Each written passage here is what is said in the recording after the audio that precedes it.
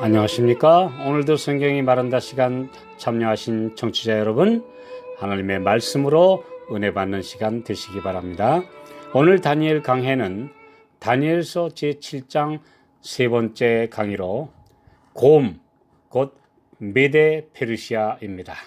다니엘 7장 5절, 다른 짐승 곧 둘째는 곰과 같은데 그것이 몸 한편을 들었고 그 입에 잇사이에는 새 갈빗대가 물렸는데 그에게 말하는 자가 있어 이르기를 일어나서 많은 고기를 먹으라 하였으며, 바벨론을 주전 539년에 멸망시킨 나라는 메데 페르시아입니다. 원래 메데가 종주국이고 페르시아는 안산이라는 소국으로 메데의 속국이었으나 고레스라는 걸출한 왕에 의해 메데를 통합하여 연합국이 되었습니다. 성경 여러 곳에 바벨론이 메데 페르시아에 의해 멸망할 것이 예언되어 있습니다. 예레미야 50장 9절, 보라 내가 큰 연합국으로 북방에서 일어나 나와서 바벨론을 치게 하리니 그들이 항우를 버리고 쳐서 취할 것이라. 예레미야 51장 28절 29절, 열국 곧 메데인의 왕들과 그 방백들과 그 모든 두령과 그 관할하는 모든 땅을 예비시켜 그를 치게 하라. 땅이 진동하며 고통하나니 이는 나 여호와가 바벨론을 쳐서 그 땅으로 황무하여 거민이 없게 할 경령이 섰음이라. 이 곰 같은 나라의 특징은 다니엘 6장 12절 15절, 메데와 바사의 변개치 아니하는 규례입니다. 에스더 1장 19절에도 메세와 바사와 메데의 법률 중에 기록하여 변역함이 없게 하고 라는 표현대로 한 번 법을 세우면 아무도 고칠 수 없었습니다. 또 이사야 13장 17절로 18절에는 메데 족속의 잔인성이 묘사되어 있습니다.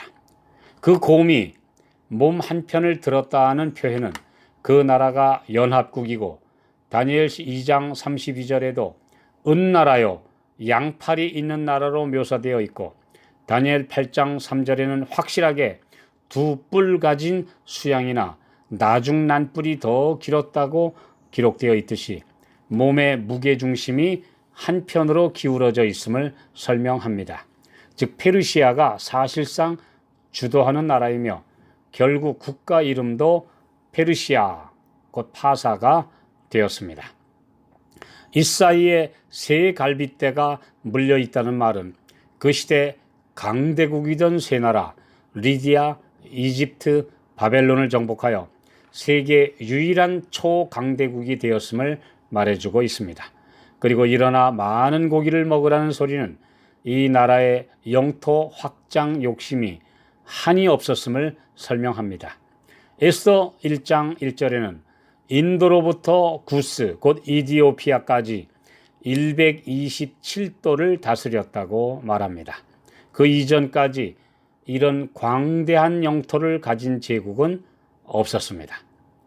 계시록 13장 예언에 등장하는 마지막 때 세계 지배 세력을 상징하는 짐승이 곰의 발을 가진 것으로 묘사된 것은 이 메데 페르시아의 잔인성과 초법적 권력, 그리고 끝없는 권력과 정복의 욕망을 예언하고 있습니다. 인간의 욕망과 폭력성이 극에 달한 오늘날의 모습을 잘 설명하고 있습니다. 그러나 한편으로 이 나라는 바벨론을 멸망시키고 바벨론이 하기를 거절했던 유대 포로의 석방령을 내리는 하나님의 도구 역할을 합니다. 페르시아의 세 왕 고레스, 다리오, 아닥사스다는 세 번의 칙령을 통해 포로를 귀환시키고 성전을 건축하게 했으며 예루살렘 성까지 복구시켰습니다. 지금도 정치가들 중에는 하나님의 뜻을 집행하는 사람들이 있습니다. 단 그렇게 하도록 하나님의 준비된 종들이 시대마다 그 왕들을 감동시키고 설득하는 역할을 잘 감당했기 때문입니다. 고레스를 가리켜 이사야 44장 28절, 고레스에 대하여는 이르기를 그는 나의 목자라, 나의 모든 기쁨을 성취하리라 하며 예루살렘에 대하여는 이르기를 중건되리라 하며 성전에 대하여는 이르기를 내 기초가 세움이 되리라 하는 자니라. 이사야 45장 1절 나 여호와는 나의 기름받은 고레스의 오른손을 잡고 열국으로 그 앞에 항복하게 하며 열왕의 허리를 풀며 성문을 그 앞에 열어서 닫지 못하게 하리라. 이렇듯이 하나님께서는 고레스 대왕을 사용하셨습니다. 에스라 4장부터 6장에 보면 성전 건축을 방해하는 이방 세력이 페르시아의 찬탈왕 아닥사스다, 사실 일명 거짓 스메르디스에게 음해하는 투서를 보내 성전 건축 중단령을 내리게 했습니다. 그러나 얼마 후 이 왕은 쫓겨나고 선지자 학개와 스가랴의 예언과 격려에 힘입어 다시 용기를 내어 공사를 하였을 때 이 보고를 받은 페르시아의 다리오 왕이 두 번째 칙령을 내려 큰 도움까지 준 사실이 기록되어 있습니다. 또다시 수십 년 후 간신 하만에게 꿇어 절하지 않은 대궐문 경비원에 불과한 유대인 모르드게 때문에 전 유대 민족이 몰살당할 위기에 처했을 때 하나님께서는 준비된 사람 에스더 왕후를 통해 극적인 반전을 이루도록 구원하셨습니다. 에스더의 의붓아들인 아닥사스다 왕은 에스라와 느헤미야에게 예루살렘 성을 복구하라는 세 번째 칙령을 내려 완전한 국가로서의 존립을 하도록 해주는 역할을 했습니다. 이런 성경의 역사는 오늘날에도 반복됩니다. 신실한 주의 자녀들을 통해 세상 권력자들에게 하나님의 사업을 위한 일꾼이 되도록 역할을 해 주실 것입니다. 비록 이 땅에는 악하고 사탄의 도구인 정치가들이 많이 있지만 하나님께서는 그들 중에도 하늘의 뜻을 이루기 위해 준비해 놓으신 사람들이 있습니다. 우리는 정치운동을 하지 말아야 하는데 예수님이 그렇게 하지 않으셨기 때문입니다. 우리가 해야 할 일은 천국 복음을 땅끝까지 전하는 일이며 우리 모두는 주의 재림을 맞기 위해 사람들을 준비시키는 거룩한 사명을 받았기 때문입니다.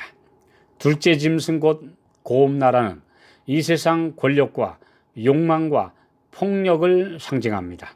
그러나 이 땅에서 성도로 살아가는 주의 일꾼들을 주께서 보호하시고 쓰실 것이며 또 그 정치가들 중에도 신실한 주의 자녀들을 두실 것입니다. 우리가 앞으로 주의 오심을 위하여 말씀을 전하면서 주의 거룩한 섭리가 이 땅에서 일어나는 놀라운 사실들을 우리 눈으로 보게 해 주시리라는 믿음을 가지고 앞으로 나아가게 되시기를 기도합니다.